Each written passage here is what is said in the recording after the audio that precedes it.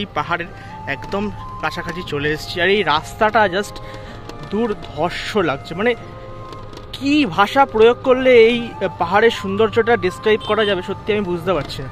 আর শীতকালে আসলে কি হবে, এই যে পাহাড়টা দেখতে পাচ্ছ, এই পাহাড়ের এখানে বেশ ঘন কুয়াশা, তার সাথে মানে একটা ফিল করো ব্যাপারটা, এই মানে চিন্তা ভাবনা করো কত সুন্দর লাগতে পারে, খুব সুন্দর। তার সাথে এখানে কিন্তু শীতকালে অনেকে পিকনিকও করতে আসে। আমি এখানে লোকাল লোকেদের থেকে শুনলাম অনেক পিকনিক স্পট আছে আশেপাশে, এই লেকের পাশে অনেকে পিকনিক করে। এই হচ্ছে সেই ট্রেকিংয়ের রাস্তাটা। এইটা কিন্তু আমার জীবনের প্রথম অভিজ্ঞতা। আমি কোনোদিনও এইরকম ট্রেকিং কিন্তু করিনি। হস্তশিল্প মেলায় যখন হয় ইকো পার্কে তখন আমরা দেখতে পাই এই জিনিসপত্রগুলো, আর এখানে সেটা আমরা অথেন্টিক দেখতে পাচ্ছি। এটা কি ঝুড়ি তৈরি করছো গো?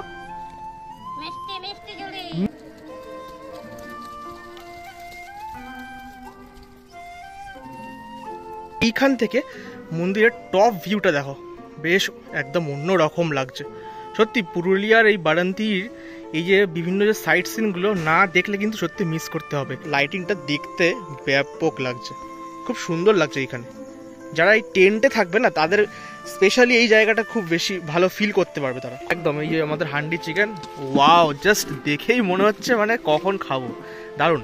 বারান্তি লেকে তোমরা কিভাবে আসবে, কত টাকা খরচা হবে, কোথায় থাকবে, সমস্ত কিছু ডিটেলস আজকের এই ভিডিওতে তোমাদেরকে দিতে চলেছি। তো অবশ্যই ভিডিওটা কিন্তু দেখতে থাকো।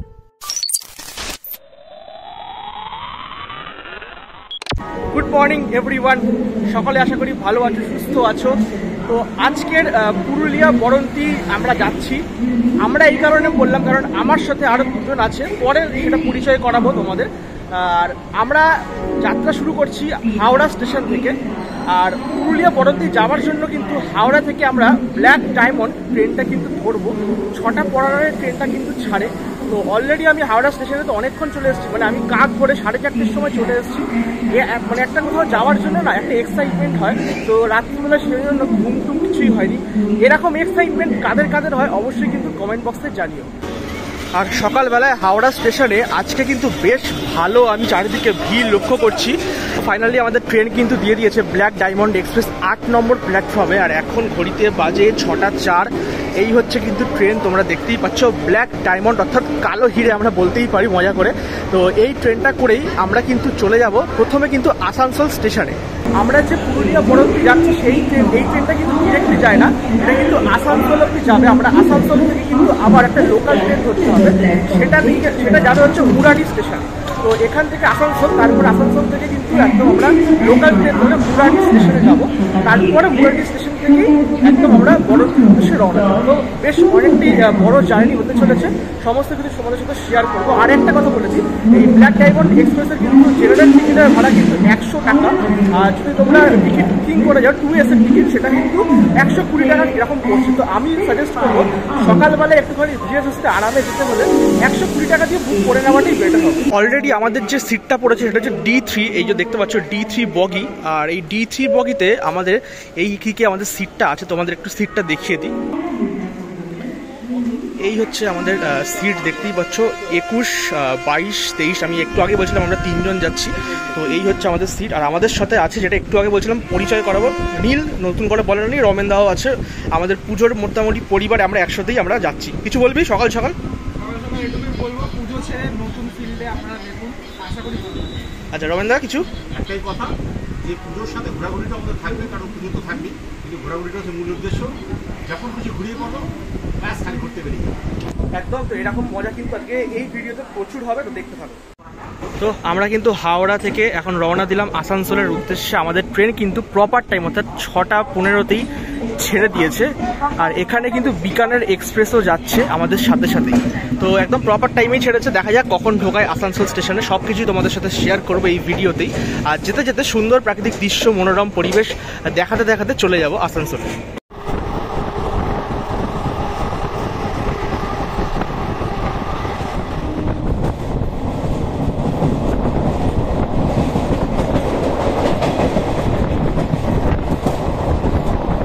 জাস্ট একটা জিনিস তোমাদের দেখাচ্ছি, এখন আসানসোল স্টেশনের ভিড়টা জাস্ট দেখো। মানে মনে হচ্ছে শ্রীভূমির দেখার যে দুর্গাপুজোর লাইন সেটাই মনে হচ্ছে দেখে, প্রচুর লাইন, প্রচুর। এইটার সাথেই আমাদের এখন মানিয়ে ওপরে গিয়ে ওই পারে যেতে হবে। ফাইনালি আমাদের যে প্রথম ডেস্টিনেশন অর্থাৎ আসানসোল জাংশন, সেখানে কিন্তু আমরা চলে এসেছি। এখন মোটামুটি বাজে ঘড়িতে 10:05, একটু লেট করেছে, মানে 10:45 আমাদের ঢোকানোর কথা ছিল আসানসোলে, সেখানে মোটামুটি 10-15 মিনিট লেটেই ঢুকিয়েছে। তবে এমনি কিন্তু জার্নি খুব ভালো ছিল, খুব স্মুথ জার্নি ছিল এবং খুব ভালো ট্রেন, একদম পরিষ্কার পরিচ্ছন্ন ট্রেন বলা যেতে পারে। তো আসানসোল থেকে মধুকুণ্ড যাওয়ার জন্য অলরেডি টিকিট কাটাও হয়ে গেছে, 3 জনের টিকিট 10 টাকা করে কিন্তু পড়লে, একটু আগেই তোমাদেরকে বললাম। আর অলরেডি ট্রেনও ঢুকছে। এখন এখান থেকেই মোটামুটি আধ ঘন্টার জার্নি আছে। তো আধ ঘন্টা সেখানে মানে নামবো মধুকুণ্ডতে, তারপরে সেখান থেকে আমাদের জন্য অলরেডি যে ক্যাম্পে আমরা যাচ্ছি সেই ক্যাম্প থেকে কিন্তু টোটো অলরেডি পাঠিয়ে দেওয়া হয়েছে। তো সব কিছুই তোমাদের সাথে শেয়ার করবো এক এক করে। শুধু ভিডিওটা অনুরোধ থাকবে স্কিপ করে দেখো না, প্রপার দেখো, তোমাদের খুব মানে সুবিধা হবে তাহলে। তো অলরেডি নির্ধারিত টাইম যা ছিল 10:15, তার থেকে মোটামুটি আরও 10 মিনিট লেটেই আমাদের এই ট্রেন ঢুকছে, যেটা করে এখন আমরা যাব মধুকুণ্ডতে। তো দেখতেই পাচ্ছ মোটামুটি বেশ ভালোই কিন্তু ভিড় আছে আসানসোলে এখন স্টেশনে, মানে এই ট্রেনে কিন্তু এখন অনেকেই উঠবে। আর এই ট্রেনটা কিন্তু অ্যাকচুয়ালি আদ্রা যাবে, আদ্রা।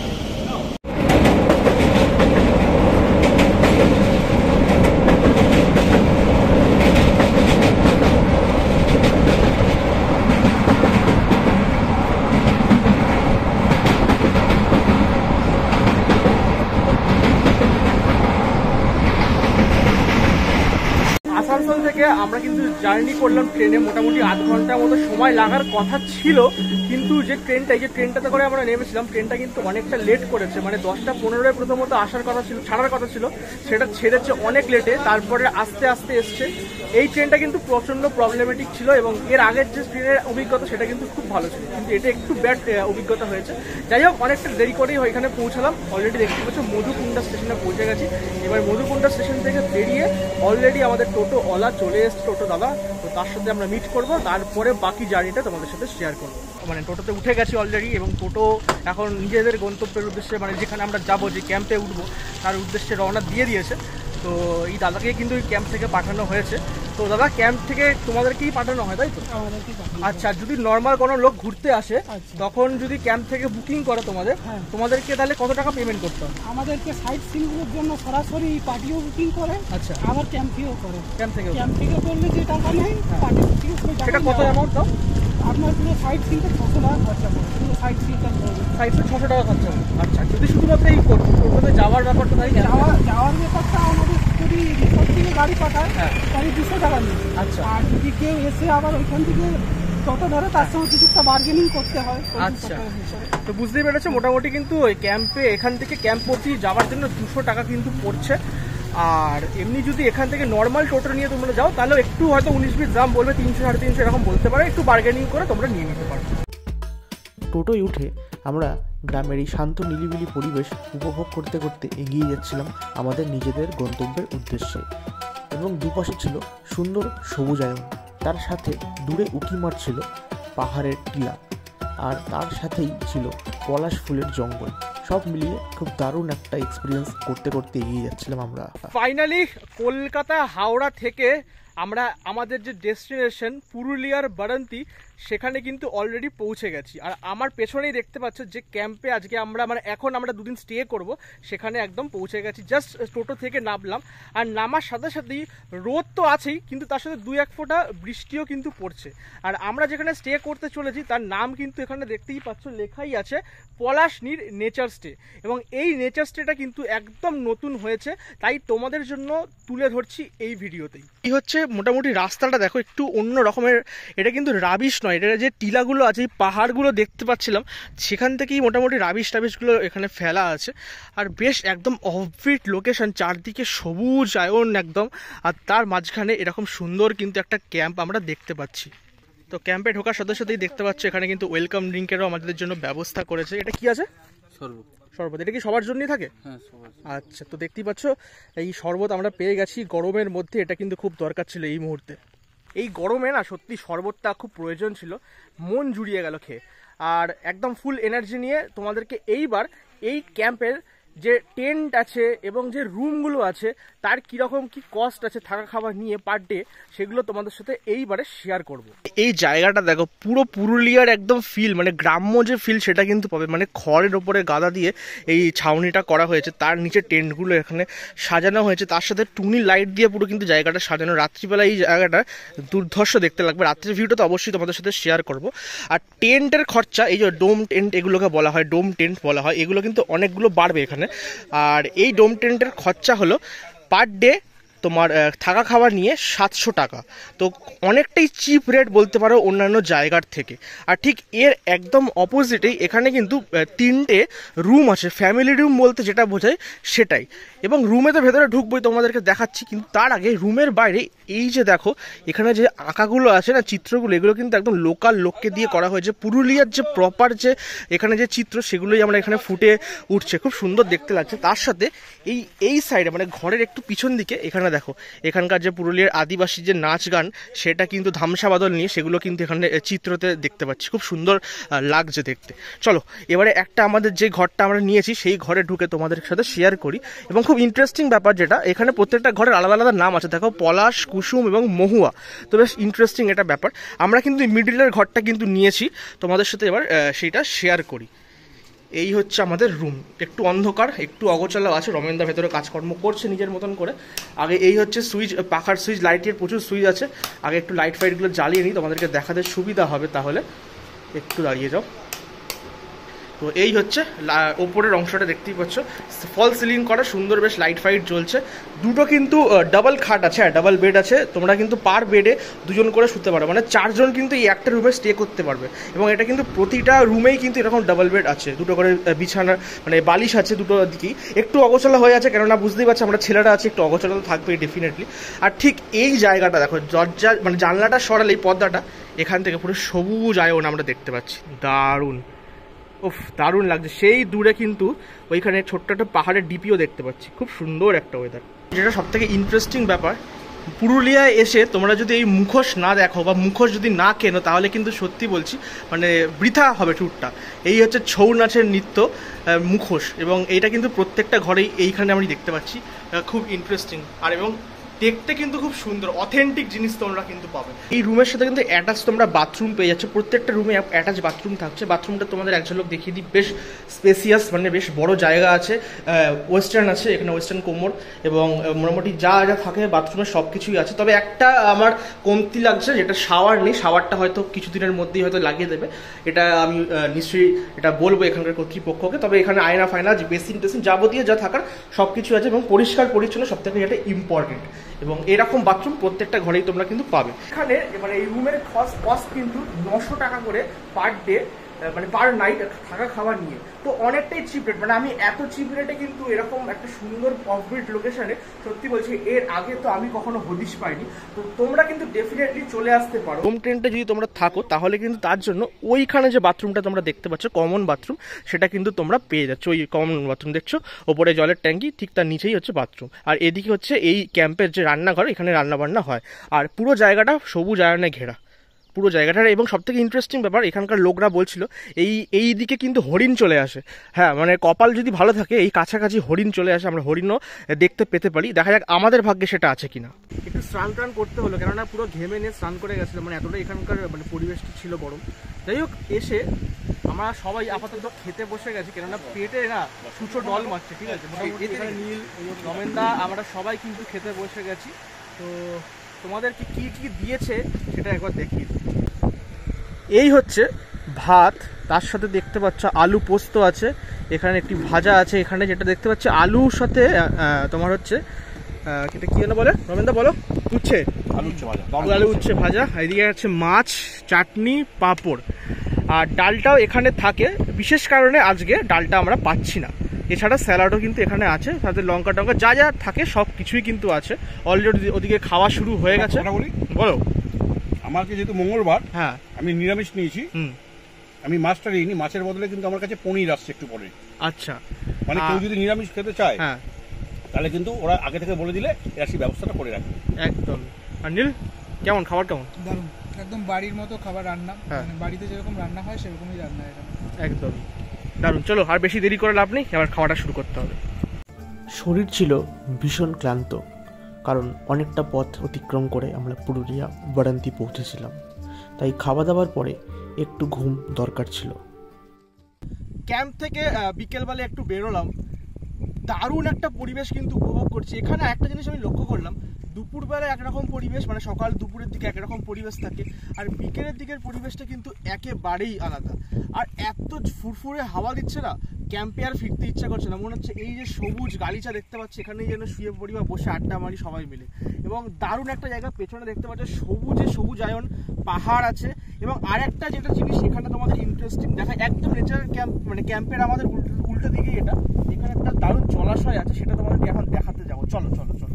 ছিলাম হচ্ছে ওইখান থেকে এই সবুজ মাঠের ওপর হাঁটতে হাঁটতে আমরা তিনজন, ওইখানে একজন আছেন, ওইখানে একজন আছে, আর আমি এখানে দাঁড়িয়ে চলে এলাম এই জলাশয়ের সামনে একটু উপভোগ করতে। মানে হাওয়া এতটাই দিচ্ছে না, মানে বলে বোঝানো যাবে না, এতটাই আরাম। তার সাথে জলাশয় তো আছে, এইদিকে কিন্তু বেশ অনেক গাছগাছালিও দেখতে পাচ্ছি। সামনে কিন্তু বেশ কিছু গবাদি পশু আছে, তো ছোট ছোট গবাদি পশু আছে। তো সব মিলিয়ে কিন্তু একটা যে গ্রাম্য পরিবেশ বলতে যেটা বোঝায়, সেটাই কিন্তু আমরা এইখানে এখন এই মুহূর্তে পাচ্ছি। খুব সুন্দর একটা পরিবেশ। মানে অ্যাকচুয়ালি আমরা শহরের মানুষরা এই ব্যস্ততম দিনগুলোকে একটুখানি যদি সরিয়ে রেখে এরকম একদিন বা দুদিনের ছুটিতে চলে আসা যায় পুরুলিয়ার বারান্তির এই নেচারস্টেতে, তাহলে কিন্তু অবশ্যই তোমাদের আমি এইটুকু বলতে পারি, পয়সা নষ্ট হবে না বা পয়সা জলে যাবে না। খুব সুন্দর তোমরা কিন্তু খাওয়া দাওয়া সমেত এই পুরো পরিবেশটা কিন্তু উপভোগ করতে পারবে। গ্রামের পথ ধরে হাঁটতে হাঁটতে আমরা এখানে দেখতে পাচ্ছি বেশ কিছু গ্রামের বাড়ি, মাটির বাড়ি। অ্যাকচুয়ালি এই বাড়িগুলো আমরা তো মিস করি, শহরের এই কংক্রিটের জঙ্গল থেকে বেরিয়ে এই মাটির বাড়িগুলো দেখতেও ভালো লাগছে। তবে এই যে দেয়ালগুলো আছে না, আমরা এই ভিডিওতে বিভিন্ন জায়গায় দেখেছিলাম দেয়ালে কিন্তু আলপনা থাকে, এখানে আপাতত এখন সেটা দেখতে পাচ্ছি না, দেখা যাক অন্য জায়গায় সেগুলো পাই কিনা। তবে এই রাস্তা ধরে এখন সোজা আমরা যাব। বেশ সুন্দর একটা কিন্তু মাটির গন্ধ। এখানে এসে একটা জিনিস দেখলাম, বট গাছ। অনেকদিন পর বট গাছ দেখলাম, কলকাতাতে আগে অনেক দেখতাম, এখন তো দেখাই যায় না প্রায়। এই হচ্ছে বট গাছ, দেখতে পাচ্ছ ঝুড়ি নেমে এসছে। আর এই বট গাছের নিচে এখানে একটা মা কালীর মন্দির আছে। মায়ের মন্দিরটাকে তোমাদের একবার ভেতর থেকে দেখায়, যদিও অন্ধকার, কতটা দেখা যাবে আমি বুঝতে পারছি না। ওই হচ্ছে মা কালী, দেখতে পাচ্ছ একদম মা কালীর মূর্তি। এবং এইখানে একটা জিনিস দেখছি, এখানে কিন্তু বলি একটা যে জায়গা আছে সেটা কিন্তু আমরা এখানে দেখতে পাচ্ছি, মানে বোঝাই যাচ্ছে এখানে কিন্তু বলির প্রথা কিন্তু আছে। গ্রামের পথ থেকে হাঁটতে হাঁটতে এবারে আমরা মোটামুটি একটুখানি জঙ্গলের ভেতরেই মোটামুটি প্রবেশ করেছি, দেখতে পাচ্ছি। এর ভেতর থেকেই আমরা ওই মন্দিরে যাব। এই দাদা কিন্তু নিয়ে যাচ্ছে আমাদের। দাদা ওই মন্দিরটা কি, মায়ের মন্দির ঠাকুরের? আচ্ছা এইটাই, কি নাম জানো এটা? আচ্ছা, এই হচ্ছে সেই মন্দির। তো দেখতে পাচ্ছ বেশ অন্য রকম, মানে চট করে কেউ হয়তো আমরা বুঝতে পারিনি এটা মন্দির, কিন্তু এইখানেই কিন্তু পুজো হয় দেবদেবীদের। তো বেশ ইউনিক। আর আমি দেখতে পাচ্ছি মাটির যে ঘোড়া, সেই ঘোড়া কিন্তু এখানে রাখা আছে। আমি যদি একটু মানে দুর্গা পূজায় প্রবেশ করি, তাহলে গত বছর আমাদের সাউথ কলকাতায় একটা ৬৬ পল্লীর ওখানে কালীঘাট নেপাল ভট্টাচার্য স্ট্রিটে কিন্তু এই ধরনের পুতুল দিয়ে পুজো হয়েছিল, মানে প্যান্ডেল করেছিল। তো বেশ ইউনিক একটা কনসেপ্ট ছিল। দিন গড়িয়ে রাত হয়ে গেছে, এখন সন্ধে বাজে ঠিক ৮টা ১৫, আর আমাদের ক্যাম্পের মায়াবী পরিবেশটাও ঠিকরে বেরোচ্ছে যেন। এত সুন্দর লাইটিং এই গাছের মধ্যে করা হয়েছে, খুব সুন্দর লাগছে। আমরা লালগঞ্জে গেছিলাম, সেখানেও কিন্তু এরকম সুন্দর লাইটিং ছিল, তো এখানেও সেটা আমরা দেখতে পাচ্ছি। তার সাথে পুরো জায়গাটা লাইটিং দিয়ে মোড়া, দেখো ওইদিকেও লাইটিং আছে, এদিকেও সুন্দর লাইটিং করা। আর এই ক্যাম্পের ঠিক এই জায়গাটা তোমাদেরকে দিনের বেলায় যখন দেখিয়েছিলাম, বলেছিলাম যে রাত্রিবেলা এর যে সৌন্দর্য সেটা কিন্তু অনেক গুণ বেড়ে যাচ্ছে। ঠিক আমার কথা মতোই দেখো লাইটিংটা দেখতে ব্যাপক লাগছে, খুব সুন্দর লাগছে। এইখানে যারা এই টেন্টে থাকবে না, তাদের স্পেশালি এই জায়গাটা খুব বেশি ভালো ফিল করতে পারবে তারা। খুব ভালো লাগছে দেখো ওভারঅল জায়গাটা। সন্ধ্যেবেলার অলরেডি স্ন্যাক্স চলে এসছে, আর বসে থাকা যাবে না। অলরেডি সবাই কিন্তু খেতে শুরুও করে দিয়েছে, ওদিকে দেখতেই পাচ্ছি। নীল খাইছিস? আচ্ছা, তো এখানে আমরা দেখতে পাচ্ছি ভেজ পকোড়া আছে, তার সাথে চাটনি আছে, এবং এখানে বেশ কিছু চানার আইটেম আমি দেখতে পাচ্ছি, ছোলা টোলা সব কিছুই কিন্তু আছে। তো এগুলো কিন্তু সবই তো পাবে তো দাদা? সব পাবে এগুলো। আর যদি কেউ ধরো স্ন্যাক্স আইটেমের সাথে মুড়ি খেতে চায়, সেটা কি পাবে? হ্যাঁ, মুড়িটাও দেওয়া হবে। মুড়িটা দেওয়া হবে। তো আমরা মুড়ি খাই না, খুব একটা পছন্দ করি না বলে নিইনি, শুধুমাত্র এই স্ন্যাক্স আইটেমটাই নিয়েছি। তোমাদেরকে তো সন্ধেবেলার যে ক্যাম্পের আবহ সেটা তো দেখালাম। এইবার কিন্তু সময় হয়ে গেছে এখানকার একটু হান্ডি চিকেন টেস্ট করার। আমরা এটা কিন্তু নিজেরা আবদার করেছি হান্ডি চিকেন করার জন্য। তো হান্ডি চিকেনের এখানে প্রাইস হচ্ছে তোমার কেজি ওই 550 থেকে 600 টাকা, এবং এখানে যদি তোমরা বারবিকিউ চিকেন করাও তাহলে কিন্তু ওই কেজি প্রতি তোমার 450 টাকা মতো কিন্তু পড়ছে। এবং এই যে রেটগুলো আছে এবং এই যে ক্যাম্পেরও যে টেন্টের যে রেটগুলো, এগুলো কিন্তু সময় সাপেক্ষ সাথে আপ ডাউন কিন্তু করবে, মানে যখন সিজন থাকবে তখন একটু 19-20 কিন্তু হতেও পারে। এখানে হান্ডি চিকেনের ব্যবস্থা করা হয়েছে, দেখতেই পাচ্ছ। হান্ডি চিকেন তৈরিটা কিন্তু আমি নিজের চোখে কখনো সেভাবে দেখা হয়নি, এই ফার্স্ট টাইম আমি দেখছি। এইভাবে কিন্তু হাঁড়ির মধ্যে মাংসগুলোকে ভরে তার উপর যে ধোঁয়ার যে একটা স্মোকি যে ফ্লেভারটা সেটা একটা কিন্তু থাকছে আই থিঙ্ক। তো বেশ অন্যরকম একটা ফিল করছে, এবং বাকি পরিবেশটা তো তোমাদেরকে একটু আগেই শেয়ার করলাম। বেশ সুন্দর কিন্তু এখানে আবহাওয়াটা ক্রিয়েট হয়েছে। সাথে কিন্তু হান্ডি চিকেন দিয়ে আমরা আজকে ডিনার করব। এখন অনেকটাই রাত হয়ে গেছে, প্রায় 11টা ক্রস করে গেছে, আর হান্ডি চিকেন আমাদের কমপ্লিট অলরেডি। আমরা রাতে কিন্তু নিয়েছি, সবাই রুটি নিয়েছি, তবে এখানে কিন্তু অপশনাল আছে ভাত আর রুটি, যে কেউ কিন্তু নিতে পারে। রমেনদা রুটি তো? আমি রুটি নিয়েছি। রুটি নিয়েছে, নিল তো রুটি। মনে হলো যে হান্ডি চিকেনের সাথে রুটিটা কিন্তু দারুণ একদম। এই যে আমাদের হান্ডি চিকেন, ওয়াও, জাস্ট দেখেই মনে হচ্ছে মানে কখন খাবো, দারুণ। তাই এটার সাথে রুটিটা সব থেকে বেশি ভালো যাবে। রাতে ডিনার করার পর আমরা সকলে গভীর নিদ্রায় মগ্ন হয়েছিলাম। আজ আমাদের পুরুলিয়ায় দ্বিতীয় দিন, আর আজকের এই দ্বিতীয় দিনে পুরুলিয়ার বেশ কিছু সুন্দর জায়গা তোমাদেরকে ঘুরিয়ে দেখাবো। লাল পাহাড়ির দেশে যা, রাঙা মাটির দেশে যা, এই গানটা হঠাৎ করে কেন 2 লাইন গাইলাম তার কারণ হচ্ছে আমি যেই জায়গাটা দাঁড়িয়ে আছি, পিচ তো আছে, তার সাথে যে মাটিটা আছে সেটা কিন্তু পুরোটাই লাল মাটি। তো এই গানটাই হঠাৎ করে মনে এলো। আর এখন আমাদের যে লোকেশনটা আমরা যাচ্ছি সেটা কিন্তু তোমার বিহারীনাথ পাহাড়। এই বিহারীনাথ পাহাড়ের কথা কিন্তু আমরা অনেক শুনেছি, জিওগ্রাফিতেও কিন্তু পড়েছি, এবং ওই সেই দূরে একদম ওই যে দেখতে পাচ্ছ ওই দূরে যে পাহাড়টা, ওটাই কিন্তু বিহারীনাথ পাহাড়। ওখানেই আমরা কিন্তু এখন যাব। আমরা 3 জনে বেরিয়ে পড়েছি, এখানে ফটোশ্যুট হচ্ছে, আর ওইখানে টোটো করে আমরা কিন্তু যাচ্ছি। এই যে জাস্ট বলছিলাম যে লাল মাটির কথা, এই হচ্ছে দেখো কি পুরো লাল, পুরো একদম লাল, মানে যতটা না তোমরা মোবাইলের ক্যামেরায় বুঝতে পারছো, এটা সামনাসামনি আরো বেটার লাগছে, মানে আরো বেটার লাল লাগবে, পুরো লাল। দারুণ জায়গা, দারুণ, অসাধারণ। এই ফিলিংসগুলো পাওয়ার জন্য কিন্তু তোমাদের পুরুলিয়া না আসলেই নয়। এখন আমরা টোটো করে এগিয়ে চলেছি বিহারীনাথ পাহাড়ের উদ্দেশ্যে। শুনেছি সেখানে নাকি ট্রেকিংও করা যায় এবং আছে বেশ কিছু সুন্দর সুন্দর মন্দির, সেটাই তোমাদেরকে এখন দেখাতে চলেছি। বিহারীনাথ ইকো ট্যুরিজম যাবার পথেই এখানকার যে গ্রাম বাংলার একটা পরিবেশের দারুণ চিত্র আমরা দেখতে পাচ্ছি। বিশেষ করে এইখানে হাতে করে তোমার ওই কঞ্চি হয় না, বাঁশের যে কঞ্চি, সেটা দিয়ে এখানে ঝুড়ি তৈরি করছে। আর তোমাদের নিশ্চয়ই কলকাতা থেকে যারা দেখছো বা ওখানকার আশেপাশের লোকদের মনে থাকবে, এই সব জিনিসপত্র আমরা ওই হস্তশিল্প মেলায় যখন হয় ইকো পার্কে তখন আমরা দেখতে পাই এই জিনিসপত্রগুলো। আর এখানে সেটা আমরা অথেন্টিক দেখতে পাচ্ছি। এটা কি ঝুড়ি তৈরি করছো গো? মিষ্টির ঝুড়ি। এটা এই এখন মিষ্টির ঝুড়ি তৈরি হচ্ছে, তো বেশ অথেন্টিক একটা ব্যাপার, খুব সুন্দর দেখতে লাগছে। কিন্তু এখানে দিদারা বা ঠাকুমারা তৈরি করছেন, খুব সুন্দর। নিশ্চয়ই নিশ্চয়ই নেবো। এগুলো কত করে দাম? দাম কিরকম?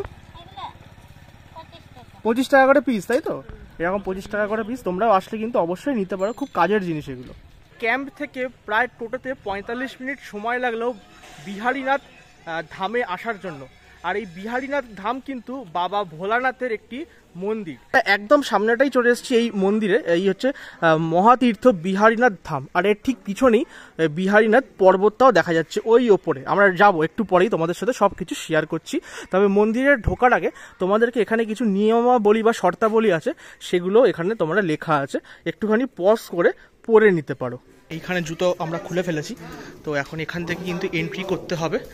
তো এখানে কিন্তু ফটোগ্রাফি বা ভিডিওগ্রাফির জন্য কোনো রকম সমস্যা নেই, তোমরা তাও একবার পারমিশন নিয়ে নেবে। এখানে একটা নিয়মাবলী আছে, অবশ্যই এটাও কিন্তু পজ করে দেখে নিতে পারো, খুব ইম্পর্টেন্ট এই জিনিসপত্রগুলো। আর ভেতরে কিন্তু পুরো সিসিটিভি আন্ডারে আছে, তো অবশ্যই এটা কিন্তু মাথায় রাখবে। ঢুকেই বেশ বড় সড়ো একটা এরিয়া আমরা দেখতে পাচ্ছি। বিভিন্ন দেবদেবীর মন্দির কিন্তু এখানে আছে। যেমন এই মন্দিরটা আমি এখানে দেখতে পাচ্ছি, এখানকার লোকাল যেই ঘোড়া দিয়ে, যে মাটির ঘোড়া দিয়ে পুজো করে, এদের বিশ্বাস সেটা, সেই ব্যাপারটা কিন্তু আমি এখানে দেখতে পাচ্ছি। তো এই দেখো, এটা কিন্তু একদম লোকাল এখানকার যে মানে ঠাকুর আছে সেটাকে কিন্তু এখানে পুজো করা হচ্ছে। তো বেশ ইন্টারেস্টিং এবং বেশ বড় একটা কিন্তু মন্দির। ওই চূড়াতে কিন্তু একটা ধ্বজা আছে শিব ঠাকুরের, তো বেশ ইন্টারেস্টিং ব্যাপারটা। এবং এই জায়গাটা এখানে দেখছি বিষ্ণু মন্দির এবং তার সাথে রাধাকৃষ্ণ মন্দিরও কিন্তু আছে। বিষ্ণু দেখো, বিষ্ণু দেবতা, ওই যে ভেতরে ঠাকুরটা আছে, এবং এই পাশে কিন্তু রাধাকৃষ্ণ আছে। এ দেখো রাধাকৃষ্ণ। চলো এই মন্দিরের ভেতরে একটু ঢোকা যাক। এখানে লেখা আছে গুপ্ত দান, ব্যাপারটা কি সেটা বুঝতে পারছি না যদিও, তবে একটু দেখি কি আছে ব্যাপারে। ওপরটায় কিন্তু এখানে সিদ্ধিদাতা গণেশের একটা মূর্তি আছে, সাথে ঘন্টা। ঠিক এর ভেতর থেকে এখন আমাদের প্রবেশ করতে হবে। চলো ভেতরে ঢুকে একটু দেখে আসি। ভেতরে ঢুকেই মন্দিরটা যেটা দেখতে পাচ্ছি, আমাদের প্রচুর হিন্দু দেবদেবী শিব পার্বতীর বেশ কিছু এখানে কিন্তু পৌরাণিক কাহিনী তুলে ধরা হয়েছে, সাথে রাধাকৃষ্ণও আছে। প্রচুর ভক্তরা এখানে কিন্তু জল ঢালছে, আমরা দেখতে পাচ্ছি এইখানে। এখান থেকেই তোমাদের দেখিয়ে দিই, প্রচুর এখানে কিন্তু মানুষ পুজো আর্চা করছেন। এই মন্দিরের একদম অপোজিটে কিন্তু এরকম একটা ছোট্ট নাট মন্দির টাইপের করা আছে। ভেতরে কিছু নেই, একদম ফাঁপা, কিন্তু এখানে বসে তোমরা আড্ডা মারতে পারো, গল্প করতে পারো, খুব সুন্দর। কিন্তু আর ওপরেও কিন্তু শিব ঠাকুরের বিভিন্ন রকমের দেবদেবীর ছবি কিন্তু আছে। আর একদম ওই ওপরটায় কিন্তু গরুর দেবতার ওখানে একটা মূর্তি আমরা দেখতে পাচ্ছি। ঠিক এই সাইডে একটা হনুমান মন্দির কিন্তু আমরা দেখতে পাচ্ছি। এই যে হনুমান মন্দিরটা তোমাদের বাইরে থেকে দেখালাম, এই হচ্ছে সেই হনুমান মন্দির। এখানে ভক্তরা দেখছো পুজো করছে এই মুহূর্তে, বেশি ডিস্টার্ব করব না। আর খুব সুন্দর কিন্তু মন্দিরটি। আর এইখানে একটু ওপর দিকে কয়েকটা সিঁড়ি মানে টপকে আমাদের চলে আসতে হবে নন্দী মহারাজের একটা আলাদা মানে মন্দিরই বলতে পারে। এখানে কিন্তু আলাদা করে নন্দী মহারাজকে পুজো করা হয়। এখানে দেখো ধূপ ফুল, এখানে কিন্তু আলাদা করে পুজো করা হয়, দুধ ঢালা হয়, সেটা দেখেই বোঝা যাচ্ছে। তো এটাও কিন্তু বেশ সুন্দর। আর এইখান থেকে মন্দিরের টপ ভিউটা দেখো, বেশ একদম অন্য রকম লাগছে সত্যি। পুরুলিয়ার এই বারান্তীর এই যে বিভিন্ন যে সাইট সিনগুলো না দেখলে কিন্তু সত্যি মিস করতে হবে। বিহারীনাথ মন্দির তোমাদেরকে তো দেখালাম, খুব সুন্দর একটা মন্দির। ঠিক তার পিছনে বিহারীনাথ যে পাহাড়টা আমরা বলছিলাম একটু আগেই তোমাদেরকে দেখাবো, এই হচ্ছে দেখো লেখাই আছে বিহারীনাথ ট্রেকিং রুট। আর এই হচ্ছে, একটু ক্যামেরাটা এদিকে নিয়ে আয়, এই হচ্ছে সেই রুটটা যেখান থেকে করে আমরা কিন্তু যাব। এই হচ্ছে সেই ট্রেকিংয়ের রাস্তাটা। এইটা কিন্তু আমার জীবনের প্রথম অভিজ্ঞতা। আমি কোনোদিনও এইরকম ট্রেকিং কিন্তু করিনি। বেশি উঠবো না, কেননা আমি কিন্তু লোকাল নই, তাই জানি না এর দুপাশে কি ভয়াবহ জন্তু জানোয়ার অপেক্ষা করছে আমাদের জন্য। সত্যি কিন্তু এখানে ভেতরে অনেক কিছু কিন্তু আছে। এখানকার লোকাল লোকরাই বললো সাপ তো আছেই, তার সাথে বিভিন্ন জন্তুর জানোয়ার আছে। আর এই রকম কিন্তু পাথরের মধ্যে থেকে আমাদের কিন্তু যেতে হচ্ছে। রমেনদা, কেমন এক্সপিরিয়েন্স লাগছে ছোট করে একটু বলো। ভাই প্রথম কথা হচ্ছে যে একটা গা চমচমে ভাব, দেখো দেখতেই পাচ্ছ সূর্যের একটু আলো পর্যন্ত পৌঁছয়নি। আর বড় বড় পাথর এগুলোকে ডিঙিয়ে যাওয়া কিন্তু খুব প্রবলেম। সব থেকে বড় কথা লোকাল কেউ নেই কিন্তু, তাই এখানকার পরিবেশের সাথে খাপ খাইয়ে নেওয়া আমাদের পক্ষে একটু সমস্যা। কি আছে কিন্তু আমরা জানি না। একদম ঠিক কথা, যেটা একটু আগেই আমি নিজেই বলছিলাম, কেননা আমরা লোকাল নই, জানি না ভেতরে আলটিমেটলি কি আছে। খুব একটা সাহসও দিচ্ছে না যে বেশি দূর যাওয়ার। যতটুকু পারছি তোমাদের সাথে শেয়ার করছি। মানে এই রাস্তাটা কিন্তু পুরো একদম ওপরে চলে যাচ্ছে। মোটামুটি আমরা 30 থেকে 45 মিনিট পাহাড়ের এই রাস্তা ধরে কিন্তু উঠেছি। আমি অলরেডি মানে আর পাচ্ছি না, হাঁপাচ্ছি। আমাদের সবারই কিন্তু অবস্থা প্রচণ্ড খারাপ। আর এর পরে যাওয়াটা সম্ভব নয়, কেননা যত ওপরে উঠছি তত কিন্তু দম হাঁপিয়ে যাচ্ছে। আর ওপরের রাস্তাও আরও কিন্তু মানে ঠিক নেই, আরও মানে যেন কমে আসছে। আর লোকাল কেউ নেই, তাই আমরা রিস্ক নিচ্ছি না, কারণ বেশি দূর যাওয়া কিন্তু আমাদের পক্ষে আর সম্ভব নয়। তবে এই প্রথম আমার এক্সপিরিয়েন্স এইরকম ট্রেকিংয়ের, অসম্ভব সুন্দর। অবশেষে আমরা পৌঁছে গেলাম বরন্তী লেকে টোটো করে। এই যে দেখতে পাচ্ছ এটাই কিন্তু বরন্তী লেক। আমরা নেমে আরো ভালো করে তোমাদেরকে দেখাবো, কিন্তু আপাতত এখান থেকে যে ভিউটা দেখা যাচ্ছে না, দুর্ধর্ষ লাগছে। মানে এইরকম দৃশ্য তো আমরা সচরাচর দেখি না, কিন্তু এই জিনিসগুলো কিন্তু আমাদের মন ছুঁয়ে যায়। আমি এই মুহূর্তে আছি পুরুলিয়ার অত্যন্ত সুন্দর একটি জায়গা বরন্তী লেকে। অলরেডি আমি যেখানে বসে আছি, মানে এই যে স্বর্গীয় একটা ফিলিং, সেটা কিন্তু মানে তোমাদেরকে বলে বোঝাতে পারবো না। এটা এখানে এসেই কিন্তু তোমাদেরকে ফিল নিতে হবে। জলের মধ্যে পাটা ঢুকিয়ে একদম অন্যরকম একটা ফিলিংস আছে। তার সাথে এই লেকে অনেক ছোট ছোট মাছ আছে, যারা কিন্তু পায়ে টাচ করে যাচ্ছে। ওই ফিলটা কিন্তু একদম দুর্ধর্ষ লাগছে।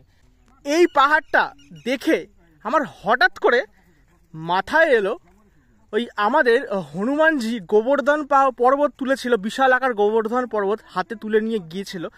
আমার কেন জানি না হঠাৎ করে এই পাহাড়টা দেখে সেই স্টোরিটা মনে পড়ছে। মানে তোমরা কতজন রিলেট করতে পারছো আমি জানি না, বাট ওই রকম আমার হঠাৎ করে মনে পড়লো, তাই ভাবলাম একটু তোমাদের সাথে শেয়ার করি। তো তোমাদেরকে একটুখানি ব্যারেজটাও দেখিয়ে আসি। আচ্ছা, একদম সামনে চলে এসেছি ব্যারেজের। এখানে দেখো প্রচুর মোটর আছে ওপরে, ঠিক আছে? তোমরা কতটা বুঝতে পারছো না, বাট এখানে অনেকগুলো কিন্তু মোটর আছে। এই মোটর দিয়ে নিচে যে দেখো লোহার এই ব্যারেজের গেট করা আছে, এই গেটটাকে খোলা হয়। এটা কিন্তু বিশেষ করে যখন বর্ষাকালে প্রচুর বন্যা পরিস্থিতি সৃষ্টি হয় বা প্রচুর জল জমে যায়, যেটা একটু আগে বলছিলাম, তখন এই নদীর জলটাকে তো পাস, মানে লেকের জলটাকে তো পাস করাতে হবে। তো তখন কি করে এই যে লোহার গেটটা খুলে দেওয়া হয়। এখানে একটা না, এর পরে অনেকগুলো 3-4টে কিন্তু এরকম পরপর গেট আছে, ঠিক আছে? এই জল মানে গেটটা খুলে দিলে এখান থেকে জলটা পাস হয়। পাস হয়ে তোমাদের ঠিক এর যে উল্টো দিকের জায়গাটা আছে তোমাদেরকে একটু দেখিয়ে দিই। এইখান থেকে পাস করে ঠিক গ্রামের পথে জলটা চলে যায়। দেখো এখানে দেখতেই পাচ্ছ তোমরা। তো এইখান থেকে কিন্তু পাস করে তোমার জলটা কিন্তু গ্রামের পথে চলে যায়। তো বেশ ইন্টারেস্টিং একটা ব্যাপার। এই জিনিসগুলো আমরা কিন্তু ওই ভূগোলে পড়েছি বা বইয়ের পাতায় পড়েছি, কিন্তু এইখানে এসে স্বচক্ষে দেখবো সেটা কিন্তু সত্যি ভাবতে পারছি না। ওখানে কিন্তু এখানকার লোকাল ছেলেপুলেরা আছে, ওখানে কিন্তু স্নানও করছে। তো বেশ ইন্টারেস্টিং একটা জায়গা, এরকম একটা ভিউ পয়েন্ট, তার সাথে এরকম একটা ব্যারেজ, জাস্ট অ্যামেজিং অ্যামেজিং। তবে প্রপার যদি টাইম বলো তাহলে শীতকাল আর বর্ষাকাল। আর শীতকালে আসলে কি হবে, এই যে পাহাড়টা দেখতে পাচ্ছ, এই পাহাড়ের এখানে বেশ ঘন কুয়াশা, তার সাথে মানে একটা ফিল করো ব্যাপারটা, মানে চিন্তা ভাবনা করো কত সুন্দর লাগতে পারে, খুব সুন্দর। তার সাথে এখানে কিন্তু শীতকালে অনেকে পিকনিকও করতে আসে। আমি এখানে লোকাল লোকেদের থেকে শুনলাম অনেক পিকনিক স্পট আছে আশেপাশে, এই লেকের পাশে অনেকে পিকনিক করে। তো সব মিলিয়ে কিন্তু দারুণ জায়গা একটা, শীতকালে অসাধারণ তোমাদের লাগবে, এইটুকু তোমাদেরকে অবশ্যই বলতে পারি। তাহলে আমাদের 1-2 দিনের সফর পুরুলিয়া বারান্তীর শেষ হলো। আজকেই বিদায় নেওয়ার পালা, মানে এখন টোটো করে ক্যাম্পে যাব। ক্যাম্প থেকে আরেকটু ফ্রেশ হয়ে একেবারে বেরিয়ে পড়বো আমাদের কলকাতার উদ্দেশ্যে। খুব সুন্দর সময় কাটালাম কলকাতার ব্যস্ততম সময় কাটিয়ে, বা দুর্গাপুজো থেকে একটু নিস্তার নিয়ে আমি, নীল, রমেনদা 3জন মিলে দারুণ একটা সময় কাটালাম, সাথে সুন্দর ক্যাম্পিং উপভোগও করলাম। তোমাদের কেমন লাগলো ভিডিওটা অবশ্যই কিন্তু কমেন্ট বক্সে জানিও, বেশি করে শেয়ার করো। যদি কোনো রকম কমপ্লেন থাকে, খারাপ লাগে, সেটাও জানিও, তাহলে ভিডিওতে আরও পরবর্তীকালে সেটা শুধরে নেব। বাকি দেখা হবে আবার নতুন কোনো ডেস্টিনেশনে। আজকের মতো গুড বাই।